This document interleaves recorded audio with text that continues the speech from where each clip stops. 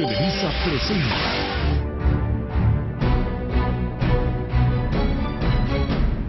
Bien, primero que nada, Sanz, muchas gracias por darnos la oportunidad de expresar a la sociedad mexicana algunos señalamientos que tengamos que hacer sobre los temas que ustedes quieran tratar con nosotros.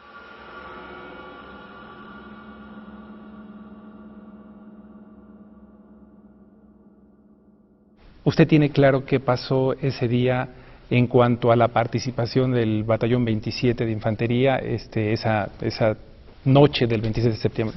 Sí, yo tengo totalmente claro qué es lo que sucedió con nuestra gente. ¿Qué sucedió con los estudiantes? Yo no puedo investigar. El 13 de junio del año pasado, en un nuevo acotamiento al fuero de guerra, nos indican que nosotros estamos impedidos para investigar cuando en los hechos intervienen civiles. Entonces, yo no podría decir respecto a la investigación que se ha venido dando en ese sentido por la propia Procuraduría y otras instancias. Lo que sí le puedo decir, dónde estaba nuestra gente y qué estaba haciendo. Ese día, que fue el 26 de septiembre del año pasado, en el 27 Batallón no había gente. Estábamos hablando de las 8, 8:30, 9 y hasta la 1, 2 de la mañana. Nuestra gente también tiene familia, también sale a estar con sus familias, los que no están de servicio. Entonces teníamos un porcentaje mínimo de gente disponible para salir a ver a sus familias. En el cuartel y en todos los cuarteles del país tenemos algo que se llama fuerza de reacción. En el 27 Batallón también había en ese día una fuerza de reacción que desde las 11 de la mañana aproximadamente estaba atendiendo un accidente en la carretera federal que va de Iguala a Puente de Isla, donde una pipa que transportaba nitrato de amonio se volteó, obstruyó los dos carriles de esa carretera y estaba parado el tráfico y además con el riesgo de un problema mayor. Y nosotros nos fuimos, o nuestra gente fue allá a atender este problema y regresaron alrededor de las 10:30 de la noche. Ya había pasado mucho de lo que ahí se dice. Y a partir de que llegan es cuando empieza entonces sí a salir a ver el problema a nuestra gente. Antes no fue posible que atendiéramos. Y además, lo he dicho en otras ocasiones, en esta administración, para antes de ese día, llevábamos más de 100 eventos contabilizados de estos jóvenes de Ayotzinapa que salían a las calles a hacer lo mismo, a secuestrar autobuses, a tomar mercancía de los camiones estos de papitas y refrescos y todas esas cosas, a exigirle a los ciudadanos el que aportaran recursos, y en fin, a hacer esto. Más de 100 ocasiones habían salido. En todas esas ocasiones supimos que salieron y qué estaban haciendo, y en ninguna intervenimos. ¿Por qué aquí deberíamos haber intervenido? Que es parte de lo que se señala. Primero, no teníamos gente. Segundo, no teníamos por qué haber intervenido. ¿Dónde estaba la policía estatal? La municipal estaba atendiendo el problema. La estatal, no sé, yo no he sabido que haya estado ahí. O la Policía Federal, que también la señalan, tampoco tengo conocimiento de que haya estado ahí. Y si no ha pasado la Policía Estatal, si no ha pasado la Policía Federal u otras policías, ¿por qué tenía que haber estado el Ejército? Y luego se señala también, y es algo que me preocupa, que si el hecho de no haber intervenido, como algunos quisieran, eso significó que los hubieran asesinado. Bueno, nosotros ¿cómo podíamos saber que los iban a masacrar si este es el hecho, ¿no? Que aparentemente ahora hay dudas sobre esto y que yo no tengo dudas, pero pues respeto las opiniones de otros. No tuvimos nada que ver, y esto me lleva a otros temas. Por ejemplo, que ingresar a las instalaciones militares, porque la Procuraduría General de la República hizo su investigación y no encontró ningún indicio mínimo de nuestra participación en algo ilegal. Lo hizo la propia Comisión Nacional de Derechos Humanos y tampoco encontró nada. Acaba de dar su informe este grupo de expertos de la Comisión Interamericana y también dicen que el ejército no hay ningún indicio de que haya participado. ¿Cuál es la razón o el pretexto de querer ingresar a los cuarteles? El día 27 estuvieron en el cuartel un ministerio público, estuvo el presidente de la Comisión de Derechos Humanos del Estado, ingresaron, preguntaron, hablaron con el comandante, hubo algunos padres de familia y se cercioraron que no teníamos nada. Es decir, solamente unas horas después de la desaparición de estos jóvenes se permitió el acceso. Sí, vinieron al cuartel, se habló con el comandante, él les permitió el acceso, platicó, les dio respuestas a sus preguntas, le pidieron apoyo para buscar a los jóvenes, se les pidió que trajeran fotografías y nombres para empezar a buscarlos. Nosotros no sabíamos que habían desaparecido y entonces empezamos también a participar en la búsqueda. Entonces yo no entiendo ahí el por qué querer obligar a las Fuerzas Armadas a abrir sus casas. Nuestros cuarteles están abiertos, lo acabo de decir. En agosto tuvimos 234,000 mexicanos en la base aérea militar de Santa Lucía. ¿Sí? Entonces dicen que los tenemos retenidos. ¿Para qué los queremos? O sea, ¿con qué finalidad podríamos tenerlos? ¿En dónde y para qué? Otros dicen, por ahí hubo un catedrático que dice que fueron quemados en los hornos crematorios modernos del ejército. A ver, nosotros no tenemos hornos crematorios y mucho menos modernos, y no tenemos ni viejos ni modernos. Tenemos, sí, un velatorio militar donde hay un horno crematorio que está en la salida a Cuernavaca. Es lo único que tenemos. No sé de dónde salió esa idea de que nosotros habíamos participado en este crimen. Lo lamentamos mucho, es muy lamentable y lo sentimos como todos. Creo que necesitamos seguir acompañando a los padres, apoyarlos y que se encuentre la verdad, qué pasó con sus hijos. Pero querer involucrar al ejército en esto porque a alguien se le ocurrió, creo que es algo muy grave y que hay autoridades que deberían decir lo que en derecho corresponda en estos asuntos. Yo invito, a través de esta importante empresa que llega a todo el país y fuera del país, que si alguien tiene información de uno solo de los soldados que haya estado en Iguala, que haya participado en esto, que haga la denuncia correspondiente. Hemos ido a declarar casi 50 soldados a la Procuraduría General de la República, algunos hasta 4 veces, sin tener un solo señalamiento. Pues no sé, entonces, ¿qué es lo que se espera que haga la Secretaría de la Defensa Nacional o las Fuerzas Armadas en general para atender esto? Nosotros estamos en la mejor disposición de contribuir en lo que sea necesario. Todo está en actas, todo está en averiguaciones, todo lo que se dice ahí que confunde está en la averiguación ya es abierta, la acaban de abrir la Procuraduría, todo el mundo puede ver por minutos qué pasó. Lo que no se dice es que no teníamos gente para salir a atender el problema y de haberla tenido, pues difícilmente hubiéramos salido a hacerlo, porque ¿qué hacíamos? Ahora sí, se la regreso, usted dígame, ¿a quién apoyaría usted? ¿A la policía que estaba tratando de controlar a jóvenes que estaban robando autobuses o a los estudiantes que estaban violentando las cosas? ¿A quién se debería de apoyar? Ahí lo dejo en el aire. En este caso, ¿nunca hubo un pedimento de la autoridad civil o de las autoridades o del municipio para al contrario, nada?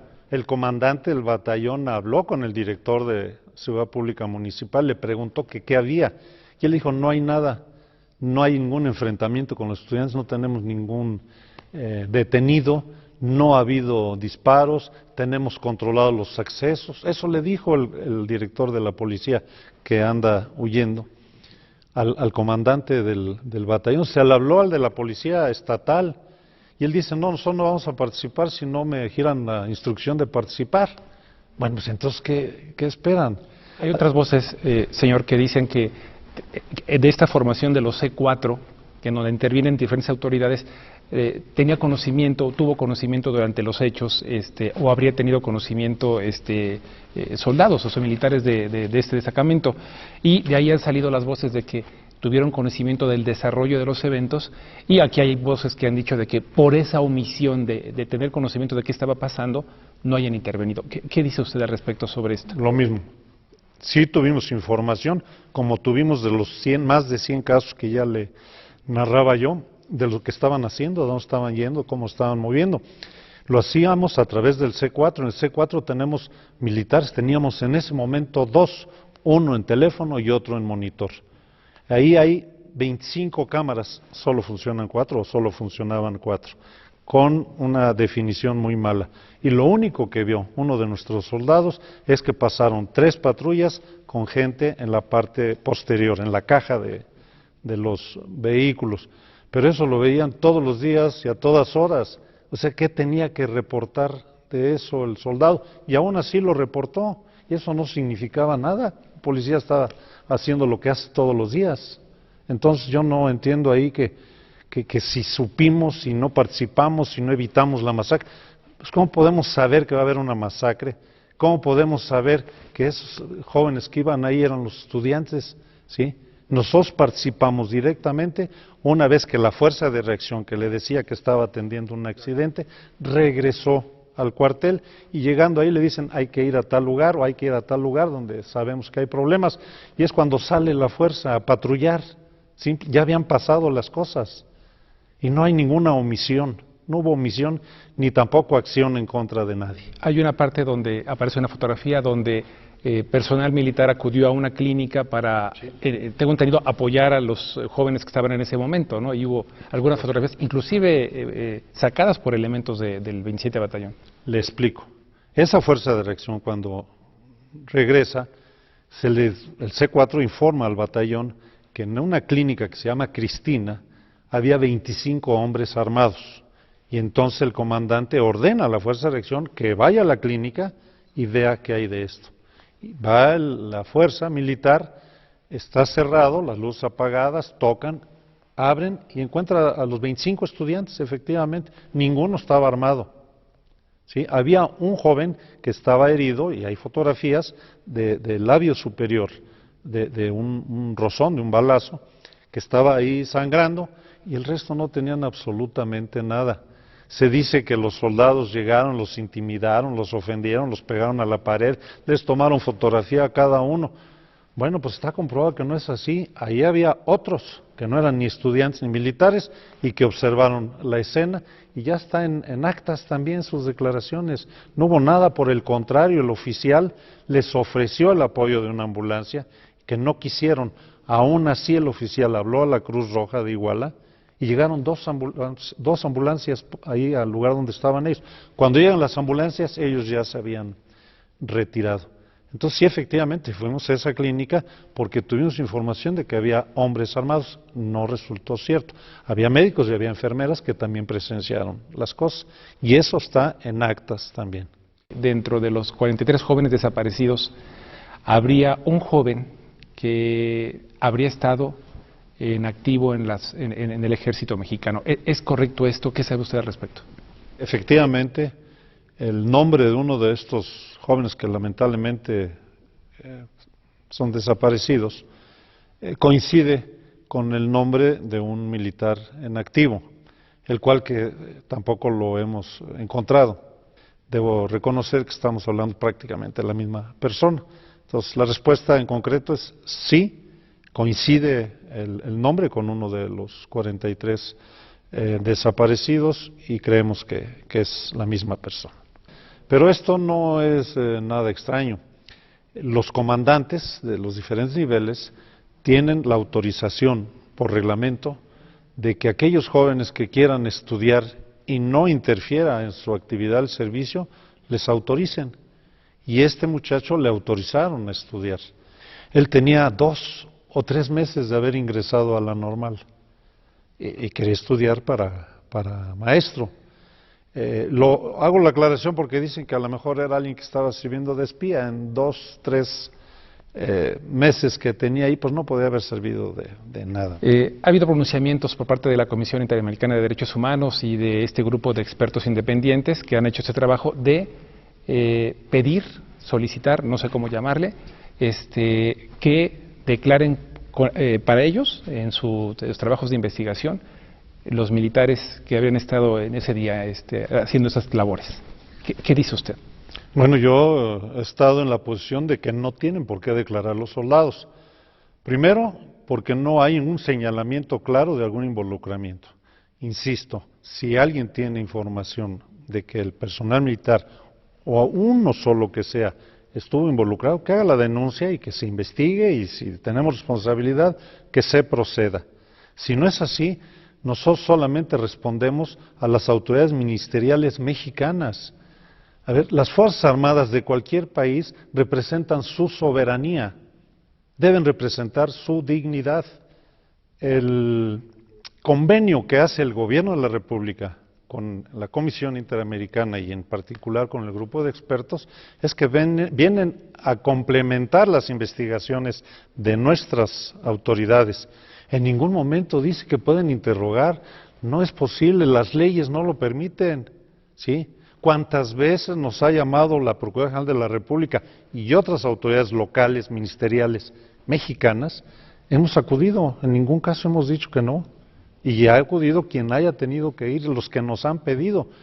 No me queda claro ni puedo permitir que interroguen a mis soldados que no cometieron hasta ahorita ningún delito. ¿Qué quieren saber? ¿Qué sabían los soldados? Está todo declarado, lo tienen ellos en sus declaraciones. ¿Quieren saber algo más? Pues que le pregunten a la Procuraduría General de la República, y si la Procuraduría aún no tiene esa información y cree que la tenemos, que interrogue otra vez a nuestros soldados, pero que sean por los canales oficiales y por los que deben de ser y por los que yo soy responsable, que son mis soldados. Yo no puedo permitir que los soldados los traten como criminales o los quieran interrogar para posteriormente hacer sentir que tienen algo que ver y no apoyarlos. Esa es mi posición y de ahí creo que no puedo ni debo salirme porque perdería mucho de lo que soy y de lo que soy en este momento y de lo que he sido durante 52 años prácticamente de carrera militar. No tengo nada que esconder, no he cometido nada, así que va por delante mi prestigio también. Entonces, que se hagan las cosas como deben de ser y somos los primeros en apoyar. Somos los primeros en que queremos que esto quede muy claro. Somos también de los primeros en que queremos saber qué pasó. Se dice, bueno, no es cierto lo que dijo la Procuraduría, entonces, si eso no es cierto, ¿qué sí es cierto? Eso no se ha dicho. A mí me gustaría que eso también lo supiéramos.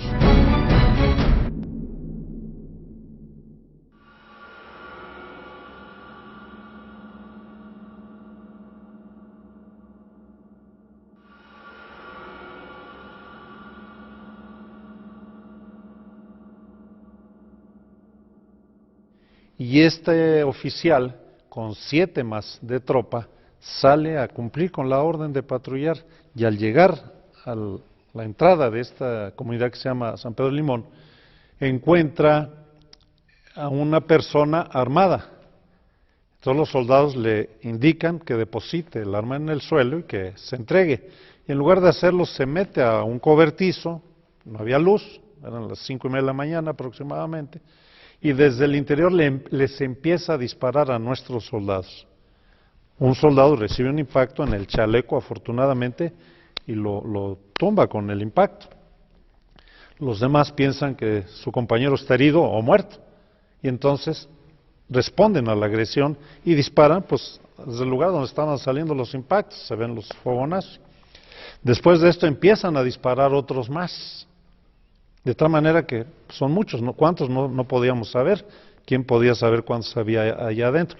Por cierto, dicen que sabía el oficial y su tropa que había 22 allá. Pues no se hubiera ido con 7, ¿no? Se hubiera ido con 22 cuando menos para estar iguales. Entonces, eso es totalmente ilógico. Bien, hay disparos, 8 o 10 minutos, suspenden o van bajando la intensidad de los disparos hasta que no hay. El oficial con otros 3 va a ver al soldado que está herido y quedan en la entrada, prácticamente en la entrada del cobertizo, un sargento y 2 soldados. El sargento, que es la autoridad en ese momento, toma la decisión de ingresar al cobertizo Y en el momento que ingresa, él dice, bueno, pues hay gente que se levanta, que corre, que se rojea armas. Ellos estaban todavía en un enfrentamiento, habían sido agredidos. Ellos estaban todavía en el enfrentamiento y bueno, pues hacen su propia defensa. Si no lo hacen, los matan. Y ahí queda el asunto, ya no hay más disparos. Entra ya el resto del personal con el oficial, con alguna luz, y pues se dan cuenta que sí hay muchos cuerpos ahí, 22, por cierto, entre ellos una joven de 15 años. Siguen revisando el área y hay 3 camionetas robadas, las 3. En una de ellas se encuentran a una señora en el piso del copiloto, escondida, cubriéndose pues de toda esta serie de disparos.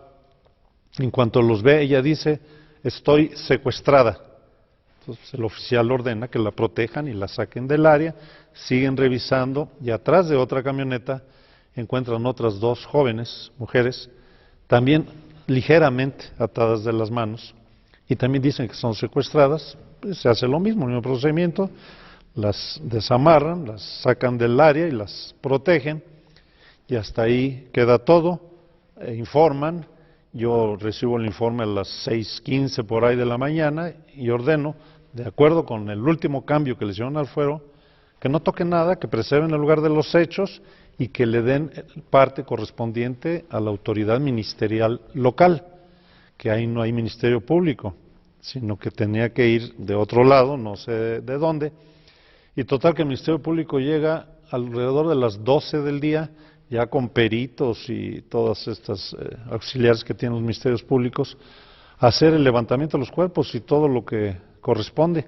A partir de ahí nosotros ya no sabemos, no investigamos porque no nos lo permiten, 17 días antes, no sabemos realmente qué más pasó.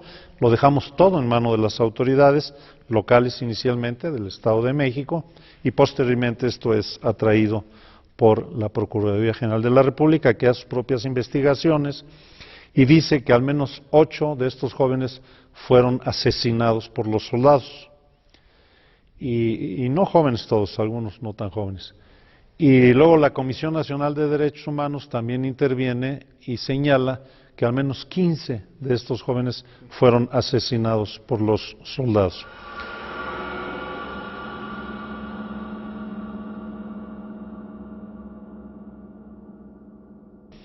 Por el lado del fuero militar están por cumplir la sentencia, que es mínima porque son delitos no graves.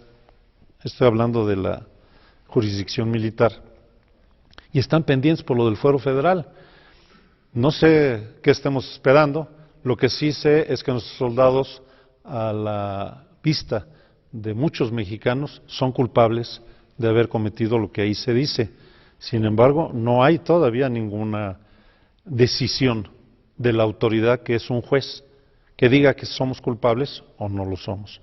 Y yo sugeriría, pediría que primero se lleve a cabo el juicio y que se defina si hay una responsabilidad. Y si la hay, bueno, pues que se proceda como corresponda a derecho. Pero si no la hay, también que se reconozca que no hay esa responsabilidad y por lo tanto serían inocentes. Nosotros seguiremos apoyando a nuestra gente. Yo creo en lo que ellos han dicho y esperaremos a que sea el juez correspondiente el que dé la decisión final.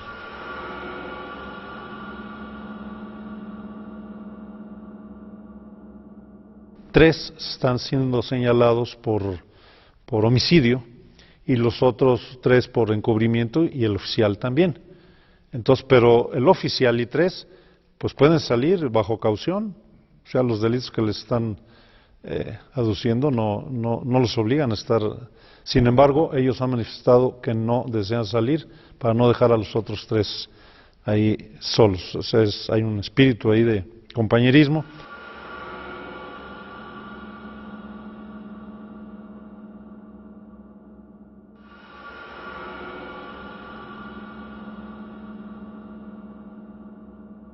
Este es un caso que asumimos ya la responsabilidad completa. Quienes tuvieron que ver con este asunto están en prisión, están siendo juzgados por la autoridad federal correspondiente. Y lo que yo podría decir aquí es que hubo una mala decisión de quien tenía el mando de esta actividad, que es un coronel que llevaba 3 años todos los días procurando reducir la violencia, apoyando a las autoridades locales, y que la población de Fresnillo, que es donde está el batallón, pues continuamente se están manifestando a favor del coronel. Es decir, la gente ve con buenos ojos a los soldados porque este coronel les llevó tranquilidad, les permitió volver a tratar de hacer una vida más o menos normal que la habían perdido. Pero después de 3 años de estar metido en esto y toma una decisión equivocada, bueno, pues habrá que revisarlo. El coronel es responsable porque es el mando, y la ejecución de estas personas pues fueron otros militares que también están detenidos y están en la prisión. De inmediato se procedió en cuanto tuvimos la información y están siendo castigados de acuerdo con la ley. Quiero pensar también que bajo el fuero militar y también bajo el fuero común. Están por delitos de orden militar y también por delitos del orden federal, recluidos en una prisión militar. Bien, hay indicios, y ya es de la opinión pública, de que las víctimas, en este caso las víctimas, pues eran pertenecientes a un grupo delincuencial que operaba en la zona, señor. Bueno, esos indicios habrá que comprobarlos, no me corresponde hacerlo a mí, pero es lo mismo que Tlatlaya. De los 22 que ahí fallecieron lamentablemente, muchos de ellos tienen antecedentes. Lo que les puedo decir es que ahí en Tlatlaya, y me regresaría un poco, ahí encontramos 38 armas de uso exclusivo, ellos eran 22. Todas las armas fueron disparadas, todos los cuerpos tenían indicios de haber disparado armas. A la mayoría de los cuerpos les encontraron algún tipo de droga en la necropsia. Algunos alcohol, otros marihuana, otros cocaína. Sabemos, por lo que ahí dicen los vecinos, que había una especie de fiesta o algo así hasta las 2, 3 de la mañana. Y obviamente presumimos que estuvieron consumiendo alcohol y otras cosas. Y a las 5:30 se dan estos resultados. Pues ahí es algo que no comenté, pero que es conveniente decirlo. No es algo que yo esté diciendo, está en las averiguaciones y es información pública. Bien, y en lo de Zacatecas, pues resulta que estos 7 personas, 5 hombres y 2 mujeres, se encuentra en una página de internet, que en un video, donde 4 de ellos están relacionados con el homicidio de una persona de manera pues escalofriante, ¿no? Esos son los que murieron a manos de estos militares. No se justifica, no era el trabajo que debían haber hecho, debían haberlos puesto a disposición, pero de alguna manera pues esto nos da a entender que es un problema de más profundidad que debe ser analizado por muchos especialistas en diferentes órdenes para ver qué es lo que está pasando, ¿no? Porque es personas que ahí también fallecen, pues eran criminales también, igual que los que ahora son acusados de nuestra gente. Así que eso es lo que pasó en Zacatecas. Actuamos de inmediato en cuanto tuvimos la información. No esperamos a que nadie nos dijera qué es lo que había que hacer. Y también diría, y me regreso otra vez a Tlatlaya, que esta agresión no fue la primera que hemos tenido en la administración. Esta era como la 800 y fracción agresión solamente en esta administración. Y le dimos el tratamiento similar al que le hemos dado a todas. Es decir, ahí el enfrentamiento se concluye, informamos a la autoridad y ya la autoridad se hace cargo y ellos ya investigan, y si hay responsabilidad nos lo hacen saber y procedemos. Si no hay responsabilidad, pues no tenemos por qué proceder. Eso es lo que está pasando y creo que es importante decirlo, porque pareciera que solamente hay una óptica de todas estas cosas, y no, hay otras. Una de esas también es la nuestra. Nuestras víctimas se quedan con su segurito de vida al que tienen derecho y algún otro apoyo que algunos gobiernos nos han dado y lo que nosotros podemos hacer por ellos. pero es familias, ya se quedaron sin el esposo o el hijo o el padre, que también nuestros soldados muertos en estos problemas o que han resultado lesionados de por vida, también son jóvenes con deseos, con ganas de ser alguien y que están muriendo o quedando lesionados por servir a la sociedad, a ciudadanos que ni conoce, que están cumpliendo con su deber, con su obligación, que lo hacen con entrega, con pasión, con lealtad, con honor, y nadie los voltea a ver. Por ahí alguien escribió, ¿no?, que el soldado ya no nomás es de no verlo, es hasta de despreciarlo, dijo. Entonces creo que algo tenemos que hacer para cambiar estas visiones. Recuerdo ahorita los 15 policías que murieron en Jalisco, de Puerto Vallarta a Guadalajara, los quemaron vivos. Por cierto que se acaba de detener al que lideró eso, bueno, al menos es lo que sabemos, ya nosotros lo detuvimos, nosotros lo pusimos a disposición. O los que murieron en el helicóptero que los delincuentes bajaron.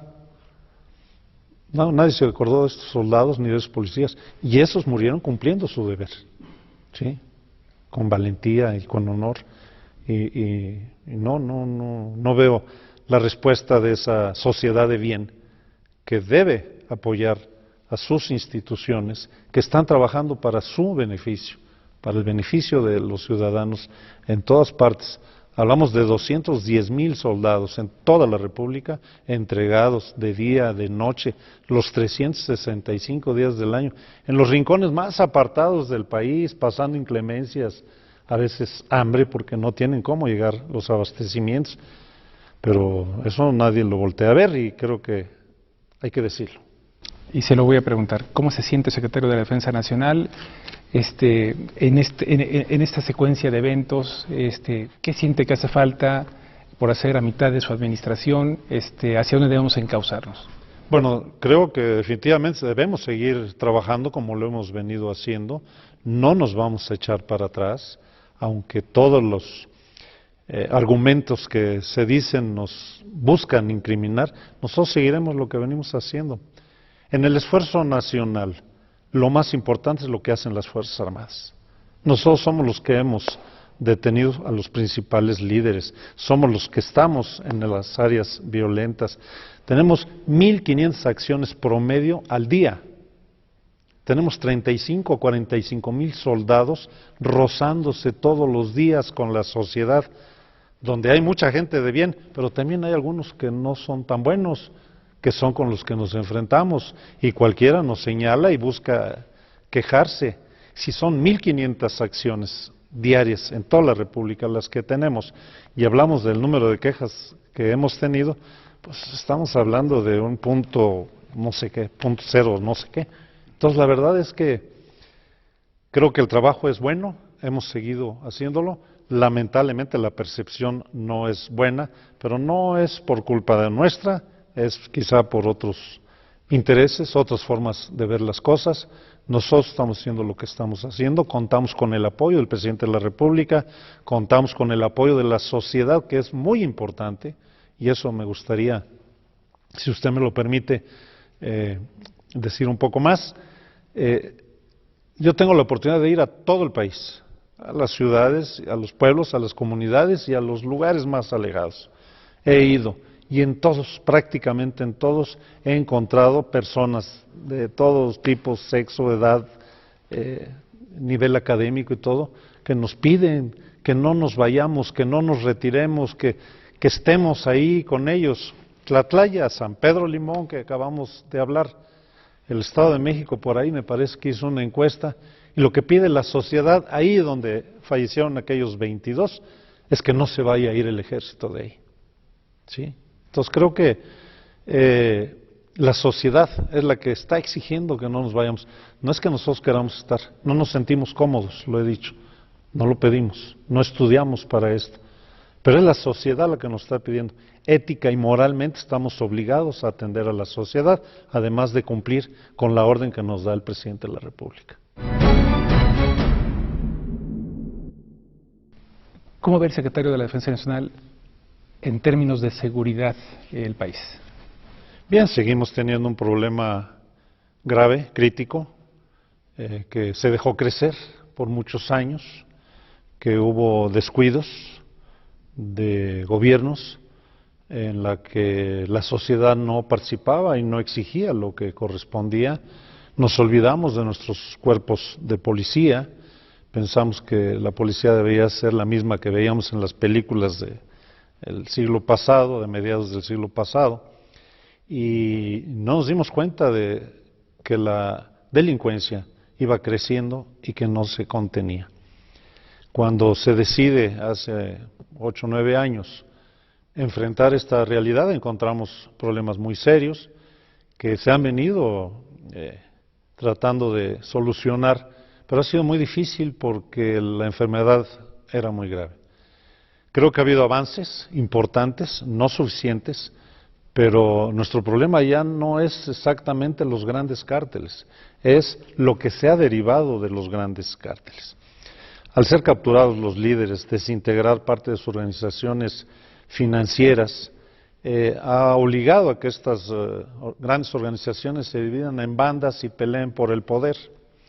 Y estas bandas son las que están generando la violencia, luchan entre ellos mismos, hay pues lamentablemente muchos muertos entre ellos mismos y a veces lesionan a inocentes que no tienen que ver con esto, y esta es la percepción que existe de violencia, pero es una violencia que se está dando entre ellos, ocasionalmente con las fuerzas del orden, tanto de policía o la Policía Federal en su caso, o las propias Fuerzas Armadas. Sí me parece que hemos avanzado en el sentido de que hoy los problemas están más focalizados. Antes hablábamos de regiones, de 2 o 3 estados inclusive que estuvieran limítrofes. Hoy hablamos sí de límites, pero nada más en el límite. Son zonas muy bien delimitadas donde encontramos que, no sé, alrededor quizá unos 50, 60 municipios es donde se dan los problemas más fuertes del país y que son la gran estadística. Creo que la solución ahora es atender los problemas que se presentan. Ya no hay los delitos de gran impacto que estábamos viviendo. Hoy los delitos son los que más molestan a la sociedad. La extorsión, el secuestro, el robo en sus casas, de sus vehículos, la afectación a su patrimonio en general. Eso es lo que molesta a los ciudadanos. Y ahí es donde se tiene que poner ahora la prioridad. Y no lo vamos a hacer en la dimensión que quisiéramos, porque es una función estrictamente de policía. Nosotros no podemos llegar hasta esos niveles, lo hacemos donde podemos, pero lo que necesitamos son cuerpos policíacos confiables, bien preparados, capacitados, bien pagados y que tengan el respaldo de la sociedad y tengan también una certeza de su trabajo, que tengan seguridad social. Creo que ahí es donde se tiene que poner el énfasis y que lamentablemente debo reconocer que no hemos caminado a la velocidad que quisiéramos. Entre más pronto las fuerzas policíacas puedan atender estos problemas, nosotros estaremos un poquito más lejos de atenderlos. ¿Cuánto tiempo más deberá estar las Fuerzas Armadas haciendo estas labores que le corresponden a civiles? Bueno, son preguntas difíciles, ¿no? ¿Cuánto tiempo más? Es difícil preverlo.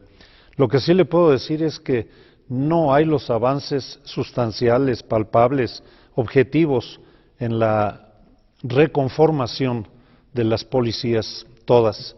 Y mientras no haya eso, difícilmente podremos salir de esto. Estamos haciendo una función para la que no estamos estrictamente preparados. Hemos aprendido sobre el tiempo que hemos ya estado en esto, pero no es nuestra función. Y ninguno de nosotros vino a las Fuerzas Armadas para hacer esto. Lo hacemos porque es una orden, lo hacemos porque estamos conscientes que de no hacerlo, las instituciones armadas en el país, no hay quien lo haga.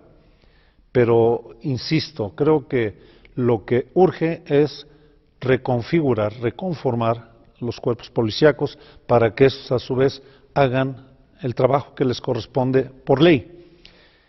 Mientras ellos estén formándose, nosotros seguiremos apoyando.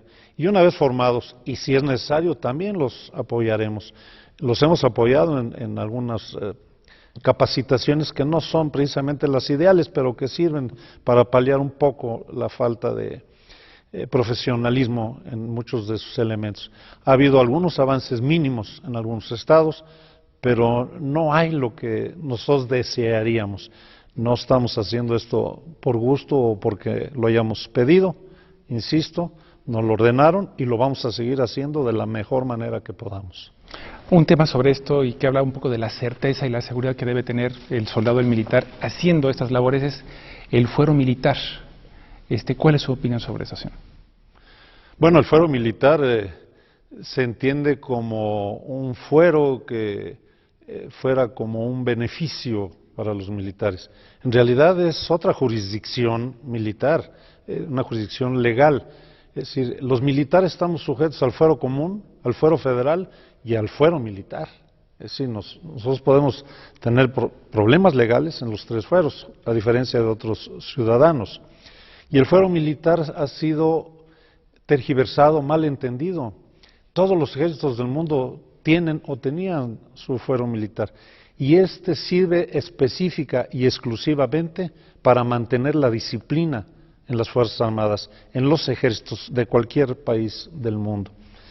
Si no atendemos la disciplina en los ejércitos, entonces no tenemos ejércitos. Tenemos hombres armados que no sabemos a qué van a responder. La disciplina es indispensable, no puede dejar de existir la disciplina en los ejércitos. Y el fuero militar, eso es lo que busca, eso es lo que tutela.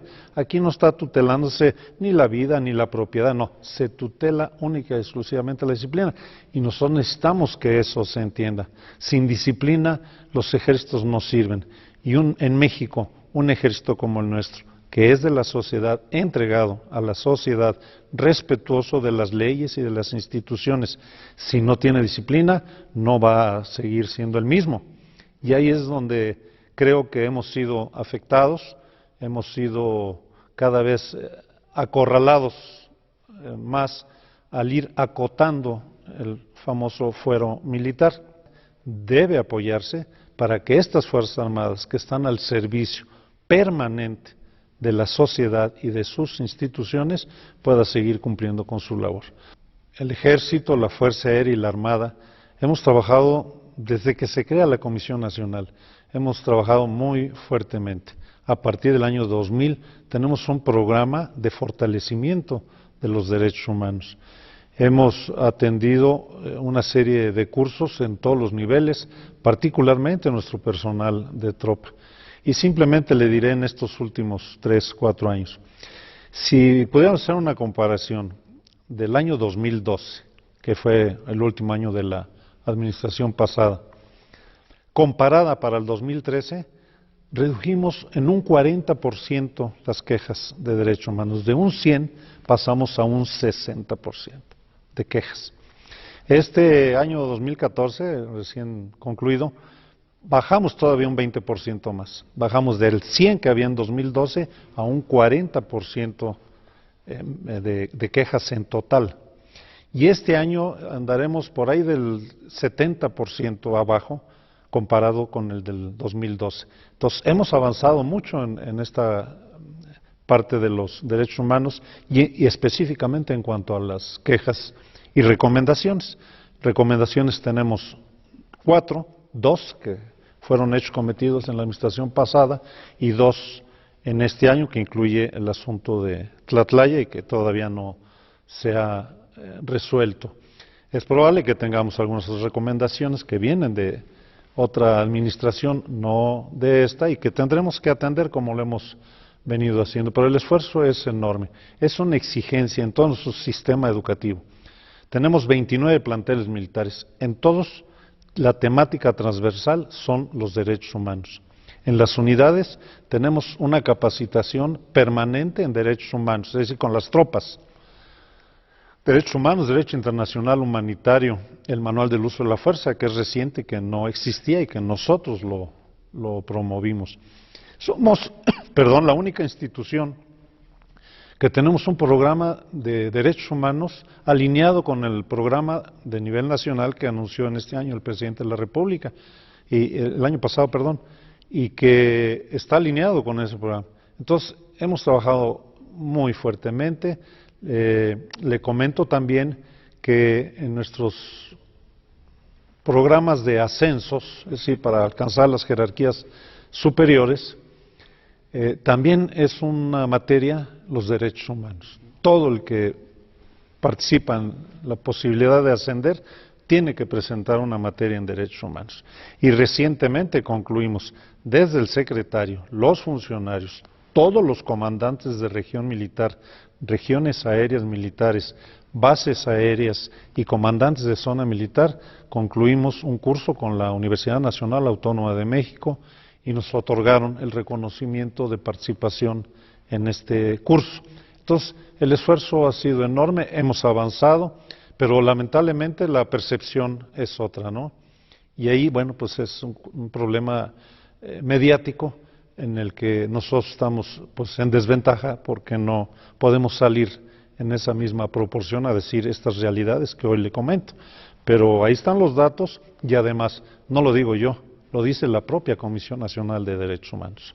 Yo creo que esta administración, si en algo se distinguirá, es en haber buscado el acercamiento de sus Fuerzas Armadas con la sociedad, que es de donde provienen todos sus integrantes. Efectivamente, hemos estado haciendo eventos de diferentes tipos para lograr este acercamiento.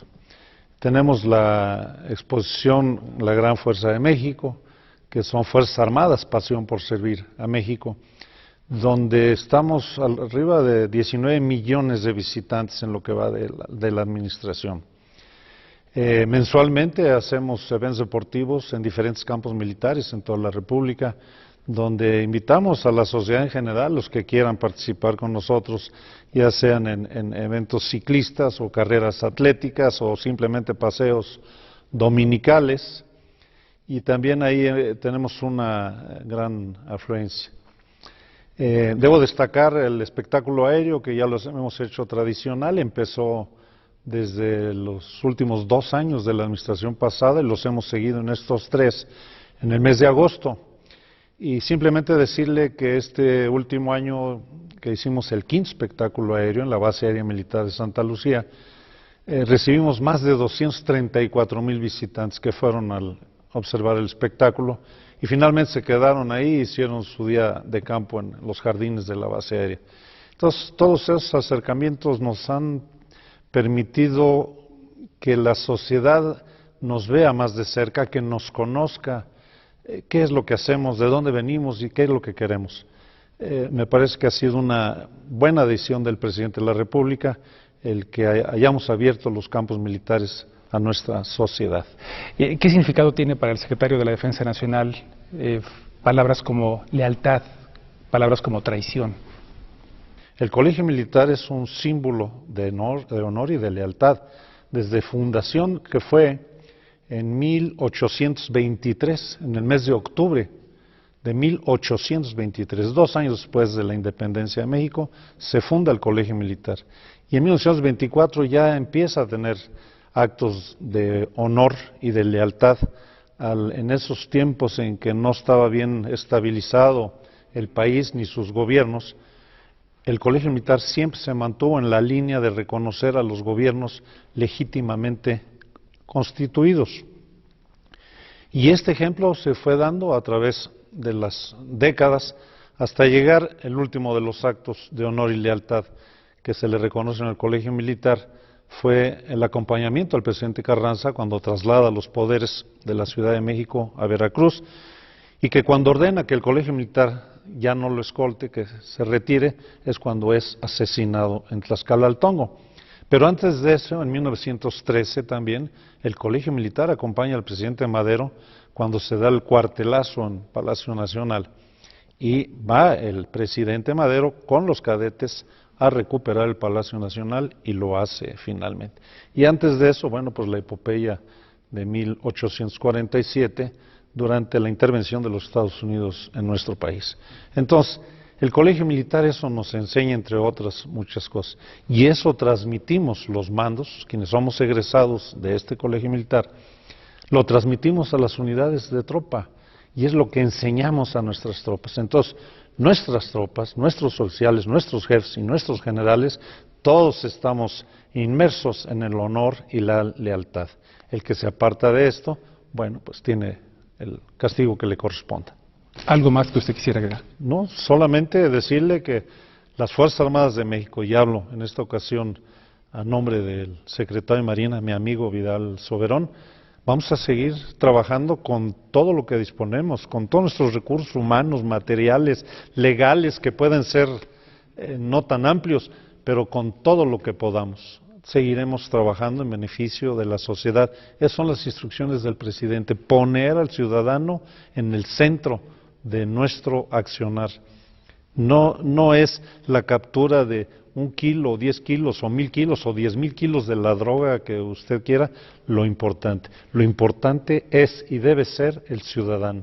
Y nosotros estamos hoy enfocados a atender al ciudadano donde sea necesario. Espero, con toda sinceridad, que sea de utilidad para la opinión pública, que sea de utilidad para mis soldados, que seguramente lo estarán viendo, y que vean que estamos trabajando en la línea que yo les he exigido. Yo a donde voy, hablo con ellos, les explico qué estamos haciendo, cuáles son los proyectos del gobierno, cómo vamos caminando, dónde ha habido avances, dónde no, qué tenemos que hacer y sobre todo el respeto a los derechos humanos. Esa es la prioridad. Señor, muchísimas gracias, le aprecio mucho.